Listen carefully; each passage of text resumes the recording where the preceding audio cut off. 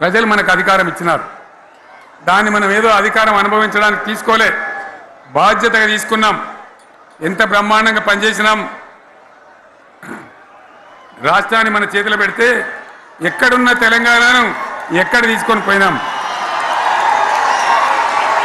అనేక రంగాలలో please please please please please ఒకటే మాట, ఏ బాబు ఇక్కడ నేను మాట్లాడుతున్నా, అక్కడ మీరు మాట్లాడుతున్నా, మీకు ఏమైనా అర్థం ఉన్నదా?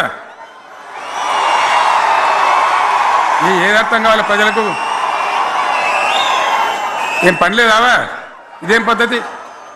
మీరు పార్టీ కార్యకర్తలేనా? సైలెన్స్గా ఉండండి.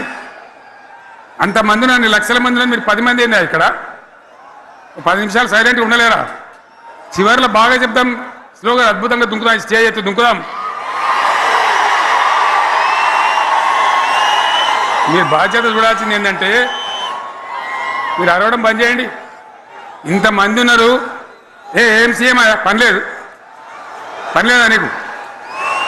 మళ్ళీ అందరు ఇళ్ళకి చేరుకోవద్దా? క్షేమంగా పోవద్దా?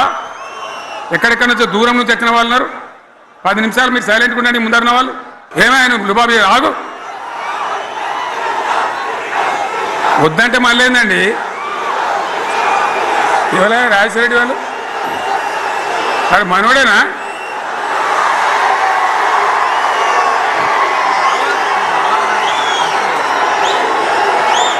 ఎన్ని మాటలు చెప్పి